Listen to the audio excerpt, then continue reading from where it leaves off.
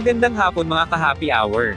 Narito ang mga balita para sa MBC TV Network News Update 5 PM edition. Sa MBC TV Weather Update, lalo pang lumakas ang bagyong Enteng at magla-landfall ito sa Northern Aurora Southeastern Isabela area. Ayon sa Pag-asa as of 2 PM, huling namataan ang bagyo sa karagatang sakop ng Kasiguran, Aurora.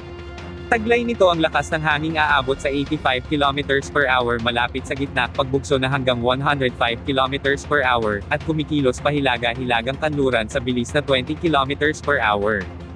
Sa ngayon, nakataas pa rin ang signal numbers 2 at 1 sa mga sumusunod na lugar.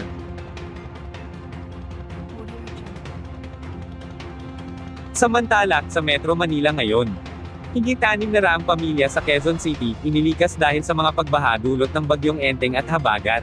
Umabot na sa 642 pamilya o katumbas ng 2,268 individual ang inilikas sa Quezon City, sa gitna ng patuloy na pag-ulan dulot ng bagyong Enteng at habagat.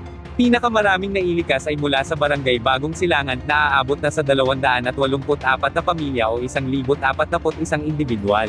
Sunod ang Barangay Rojas na may 128 pamilya o 302 individual, Tatalon, 23 pamilya o 277 individual, Damayang Lagi 23 pamilya, Commonwealth 23 pamilya o 79 na individual, Holy Spirit 82 pamilya o 226 na individual, Payates 47 pamilya o 167 individual. May inilikas ding 13 pamilya o 42 individual sa Barangay Doña Imelda Marcos, Santa Lucia, 7 pamilya o 34 na individual, Apolonio Samson, 5 pamilya o 19 na individual, at Barangay Pasong Tamo na may 21 pamilya o 81 individual.